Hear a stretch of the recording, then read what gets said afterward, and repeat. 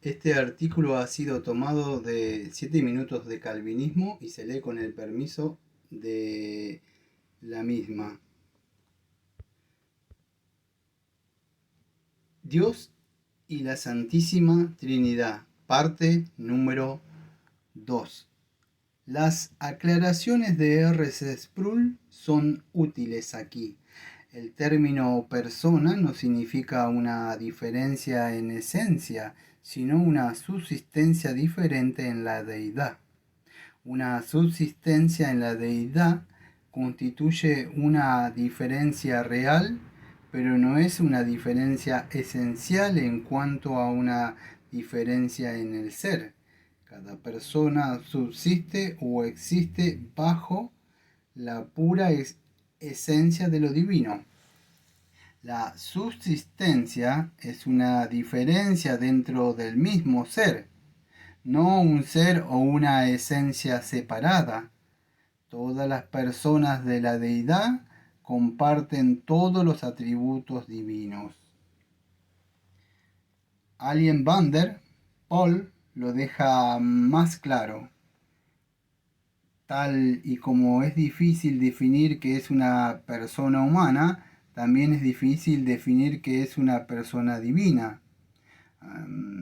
No obstante, en las relaciones humanas, las diferentes personas son distintas como cualidades únicas. Sin embargo, se pueden relacionar entre sí de una manera personal. Lo mismo es cierto en cuanto a las personas divinas en un sentido mucho más exaltado. Son distintas, pero se relacionan entre sí personalmente. Así que el término persona se usa para distinguirlo, pero no para separarlos de la deidad. Como dice el credo de Atanasio, adoramos a un solo Dios en la Trinidad, y la Trinidad en la unidad, sin confundir las personas ni separar la sustancia, porque una es la persona del Padre, otra la del Hijo y otra la del Espíritu Santo. Pero el Padre y el Hijo y el Espíritu Santo tienen una sola divinidad, gloria igual y coeterna majestad. Los tres documentos históricos citados nos dicen en líneas generales dos verdades. 1. Solo hay un Dios. 2. Hay tres personas en la deidad. Veámoslos por separado. Solo hay un Dios. Las escrituras enseñan que solo hay un Dios. Alien van der Pol nos lo explica mejor. La Biblia asume este hecho en todo lo que dice. Por ejemplo, si hubiera más de un Dios, la Biblia no condenaría la adoración de muchos dioses, que prevalecía cuando la Biblia fue escrita. La Biblia también declara explícitamente que solo hay un Dios verdadero. Por ejemplo, Romanos capítulo 3, versículo 30, dice que hay un solo Dios quien justificará. Esto significa que solo un Dios salvará a los pecadores. Gálatas capítulo 3, versículo 20 incluye declaración de que Dios es uno. Timoteo capítulo 1, versículo 17, alaba a Dios como el Rey de los siglos, inmortal, invisible y único Dios. Santiago enseña que aunque los demonios conocen acerca de Dios, dice, tú crees que Dios es uno. Bien hace, también los demonios creen y tiemblan. Santiago capítulo 2, versículo 19. Deuteronomio enseña que esta verdad significa que debemos dedicarnos a este único Dios verdadero. Escucha a Israel, el Señor vuestro Dios, el Señor uno es, y amarás al Señor tu Dios con todo tu corazón y con toda tu alma y con todas tus fuerzas. Deuteronomio capítulo 6, versículos 4 y 5. Una verdad bíblica fundamental es que solo hay un Dios verdadero. 2. Hay tres personas en la deidad. A pesar de que las escrituras nos enseñan que hay un solo Dios, al mismo tiempo nos enseña que el Padre es Dios, que el Hijo es Dios y que el Espíritu Santo es Dios. El erudito del siglo XIX, Archibald Alexander Hodge, nos explica esta verdad. Las escrituras están llenas de evidencias sobre esta verdad fundamental. Hasta hoy no ha habido controversia si el Padre es Dios, que el Hijo es verdadero Dios, se prueba por la consideraciones siguientes. 1. Cristo existía desde antes que naciera de la Virgen. A. Estaba con el Padre antes de que el mundo fuese. Juan capítulo 8, versículo 58. Juan capítulo 17, versículo 5. B. Vino al mundo, descendió del cielo. Juan capítulo 3, versículo 31, versículo 16, versículo 18. 2. Todos los nombres de Dios, con excepción del Padre y el Espíritu, son aplicados constantemente a Cristo, tales como el Señor, Jeremías 23:6, poderoso Dios, Padre eterno, Isaías 9:6, Dios, Juan 1:1, Hebreo 1:8, Dios sobre todo, Romanos 9:5, el verdadero Dios y la vida eterna, Juan 5:20, el Alfa y el Omega, el Todopoderoso, Apocalipsis 1:8. 3. Todos los atributos divinos le son aplicados. La eternidad, Juan 8:58, Juan 17:5, Apocalipsis 1:8, Apocalipsis 1:20, Apocalipsis 1:8, Apocalipsis 22:13. La inmortalidad, Hebreos 1, Hebreos 10:11, Hebreos 13:8. La omnipresencia, Mateo 18:20, Juan capítulo 3:13. La omnisciencia, Mateo 11:27. Juan 2:25, Apocalipsis 2:23, la omnipotencia, Juan 5:17 y Hebreo 1:3. 4.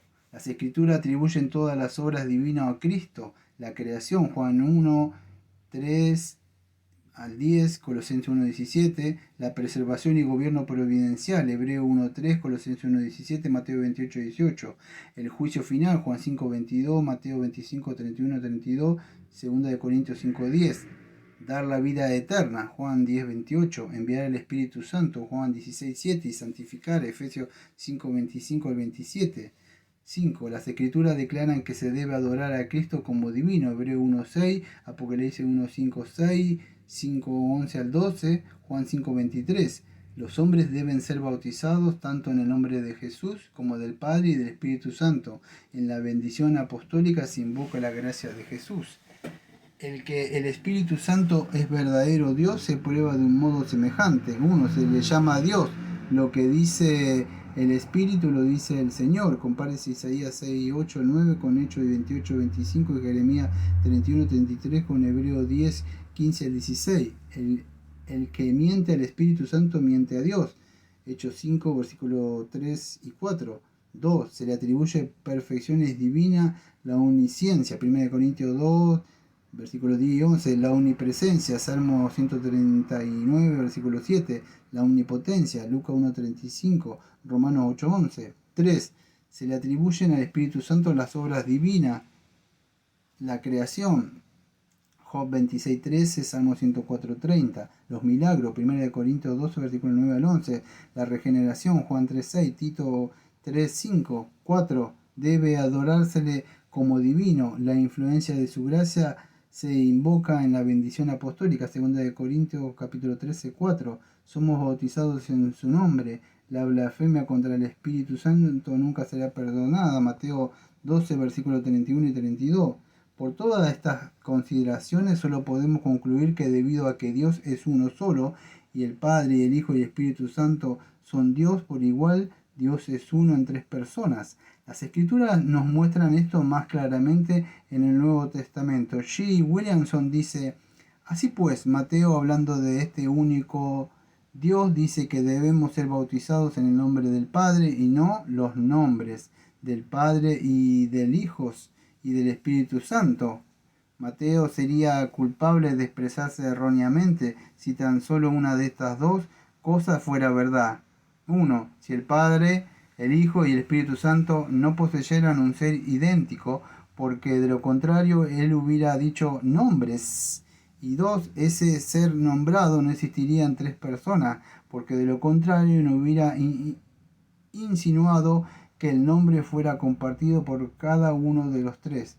Si hay tres personas que son Dios y si hay más de un Dios, Mateo habla equivocadamente, pero eso es imposible. Allen van der Poel sigue la misma línea. Jesús no dijo que las naciones debían bautizarse en los nombres, como si se tratara de muchos nombres y muchos dioses. Dijo nombre, queriendo decir uno, pero cuando el nombre es dado, Jesús menciona tres, Padre, Hijo y Espíritu Santo. El único Dios verdadero existe como tres personas distintas. Ahora bien, aunque debemos reconocer que esta doctrina es más claramente revelada en el Nuevo Testamento, no por eso significa que no estaba revelada en el Antiguo. De hecho, a la luz del Nuevo podemos ver con más claridad la idea de la Trinidad en el Antiguo Testamento. G. Williamson lo explica para nosotros.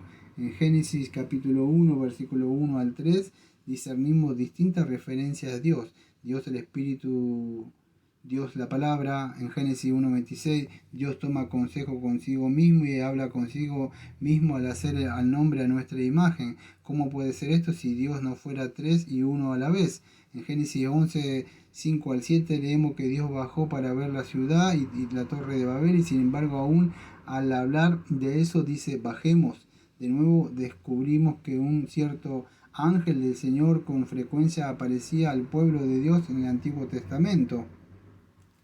Génesis 32, 24, etc. Tenía la aparición de hombre, 32, 24 de Génesis, pero se le reconocía como Dios, versículo 30. Este ángel reconocido como Dios y sin embargo también se describe como el enviado de Dios, Éxodo 23, versículo 20 al 24 y 25. El verdadero creyente, por ende, tenía que reconocer que este ángel enviado por Dios era Dios. Tenía el poder de perdonar transgresiones porque Dios dijo, mi nombre está en él. Aún así, mientras que uno, el creyente en el Antiguo Testamento, debía conocer el verdadero Dios, que era uno. 2. Aún así, el ángel del Señor y enviado de Dios era Dios. 3. También había una presencia claramente reconocible de Dios, el Espíritu Santo, Salmo 51, 11, comparada con 1 Samuel 16, 13 y 14, etc. Y distinta a Dios y el ángel, así que mientras que el creyente del Antiguo Testamento no veía una manifestación tan clara de las tres personas como hemos podido ver nosotros en Cristo encarnado y el Espíritu Santo derramado en Pentecostés. Aún así, innegablemente el Dios que se revela en la historia del Antiguo Testamento, poco a poco este Dios y no otro, conociéndolo como tal, como lo hacemos ahora, estos relatos del Antiguo Testamento tienen perfecto sentido, lo cual de otra manera no lo tendrían. Así podemos concluir que Dios es uno en tres personas, que esta doctrina no es únicamente neotestamentaria. Concluyendo esto, profesamos junto a la Iglesia Cristiana Histórica que en la unidad de la divinidad hay tres personas de una sustancia, poder y eternidad: Dios Padre, Dios Hijo y el Espíritu Santo. Confesión de Westminster, capítulo 2, párrafo 3. Sin embargo, antes de finalizar, es bueno que hacer dos aclaraciones. En primer lugar, la Iglesia